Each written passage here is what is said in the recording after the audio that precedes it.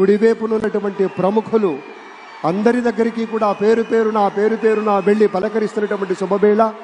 పద్మభూషణ్ మన megastar Chiranjeevi, megastar power star, అటు megastar ఇటు పవర్ స్టార్. ఇది అరుదైనటువంటి చిత్రం.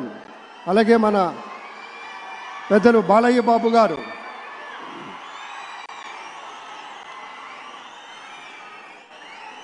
సూపర్ స్టార్ తలైవర్ రజనీకాంత్ గారిని పలకరిస్తున్నారు ప్రధాని. వారి దంపతుల్ని లేడీస్ అండ్ జెంటిల్మెన్ మనస్ఫూర్తిగా వారి శుభకామనలు అందుకుంటూ మన బాలయ్య బాబుతోటి కరచాలనం చేస్తూ ముందుకు వెళ్తూ ఉన్నారు. వేదిక మీద అందరినీ పేరున పలకరిస్తూ రజనీకాంత్ గారితో ప్రత్యేకంగా మాట్లాడుతూ ఉన్నారు.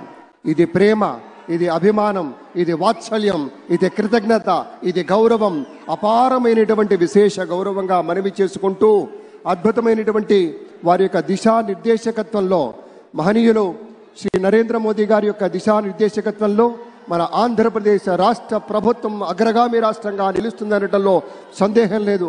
అక్కడ అమిత్ షా గారు, ఇక్కడ మన వెంకయ్య నాయుడు గారు పెద్దలు వారిని పలకరిస్తూ ఉన్నారు. శ్రీ నరేంద్ర మోదీ గారు, ఇది అవ్యాజ అనుబంధం. ఏళ్ల తరబడి భారతీయ జనతా పార్టీ పలకరింపుని మనంతా వీక్షిస్తూ ఉన్నాము. మన రామ్మోహన్ నాయుడు గారిని అందరినీ ప్రత్యేకంగా అభినందించారు మన ప్రధానమంత్రి వర్యులు.